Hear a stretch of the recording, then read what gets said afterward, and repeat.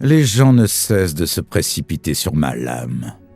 Enfant, Yasuo croyait généralement ce que les autres disaient de lui. Au mieux que son existence était une erreur de jugement. Au pire, qu'il était une catastrophe, impossible à réparer. Cela faisait mal, mais contenait une part de vérité. Sa mère était veuve et élevait déjà un jeune fils, quand l'homme, qui allait devenir le père de Yasuo, s'engouffra dans sa vie comme un vent d'automne. Et comme l'automne, il repartit au moment où le manteau blanc de l'hiver ionien commençait à envelopper la petite famille. Bien que le demi-frère de Yasuo, Yone, fût tout ce qu'il n'était pas, respectueux, prudent, consciencieux, tous deux étaient inséparables. Quand les autres enfants se moquaient de Yasuo, Yone ne manquait jamais de le défendre. Mais chez Yasuo, la détermination palliait le manque de patience. Quand Yone commença son apprentissage à la célèbre école d'armes du village, le jeune Yasuo le suivit et attendit sous la pluie de la mousson jusqu'à ce que les professeurs cèdent et lui ouvrent la porte. Au plus grand des plaisirs de ses pairs, Yasuo montra un remarquable talent et il devint l'unique élève qui attira l'attention de l'ancien Suma, dernier maître de la légendaire technique du vent. Le vieil homme vit le potentiel que possédait Yasuo, mais l'élève impulsif refusa sa tutelle, restant libre comme un tourbillon. Yone implora son frère d'oublier son arrogance et lui donna une graine d'érable, considérée à l'école comme le plus grand symbole d'humilité. Le matin suivant, Yasuo accepta de devenir l'apprenti de Suma ainsi que son garde du corps. Quand la nouvelle de l'invasion noxienne gagna l'école, certains voulurent s'inspirer du baroud d'honneur du Placidium de Navori. Et il n'y eut bientôt plus un homme valide dans le village. Yasuo voulait participer aussi au combat, mais tandis que ses frères et ses camarades partaient se battre, il reçut l'ordre de rester pour protéger les anciens.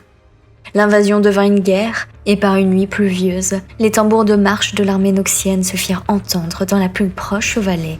Yasuo abandonna son poste, dans l'idée absurde qu'il pouvait inverser le cours de la guerre. Mais il ne vit aucune bataille, seulement un tombeau à ciel ouvert pour des centaines de cadavres noxiens et ioniens. Quelque chose de terrible, de surnaturel était survenu ici, quelque chose qu'une seule lame n'aurait pu arrêter. La terre elle-même en semblait souillée. Dégrisé, Yasuo retourna le lendemain à l'école. Les autres élèves l'y accueillirent en l'encerclant, leurs armes hors du fourreau. L'ancien Suma était mort et Yasuo fut accusé de son meurtre. Il réalisa que le véritable assassin échapperait à la justice s'il n'agissait pas rapidement. Il s'enfuit à coups de sabre, bien qu'il sût que cela confirmerait sa culpabilité. Désormais fugitif dans une Ionia ravagée par la guerre, Yasuo se mit en quête de tous les indices qui pourraient le mener au meurtrier. Pendant ce temps, ses anciens alliés le traquaient sans relâche, le forçant continuellement à combattre pour échapper à la mort. Il était prêt à payer ce prix, jusqu'au jour où il fut retrouvé par celui qu'il redoutait le plus d'affronter, son propre frère, Yone. Liés par l'honneur, ils tournèrent un moment l'un autour de l'autre. Quand le combat commença enfin, la magie du vent de Yasuo fut supérieure à l'escrime double de Yone, et ce dernier fut mortellement touché en un seul éclair d'acier. Yasuo le supplia de lui pardonner, mais les derniers mots de Yone furent pour dire que les techniques du vent responsables de la mort de l'ancien Suma n'étaient connues que de lui. Puis il se tut, avant de mourir sans avoir pu prononcer les mots de l'absolution. Privé de maître et de frère, Yasuo erra dans les montagnes, l'âme désolée tâchant de noyer dans l'alcool la douleur de la guerre et du deuil. Il était désormais une lame sans fourreau. Là, dans la neige, il fit la connaissance de Thalia, une jeune chourimienne adepte de la magie des pierres qui avait fui l'armée noxienne. Yasuo découvrit en elle une élève inattendue, et en lui un maître plus improbable encore. Il lui apprit la voie de la magie élémentaire, acceptant enfin l'enseignement de l'ancien Suma. Il devint le vent qui aiguise le roc. Leur monde changea lorsqu'ils entendirent parler de l'avènement à Shurima d'un empereur-dieu. Yasuo et Thalia se séparèrent, mais il lui remit auparavant sa graine d'érable. Il avait appris sa leçon. Tandis que la jeune fille retournait dans son désert natal, Yasuo se mit en route vers son propre village, déterminé à réparer ses torts et à retrouver le véritable assassin de son maître.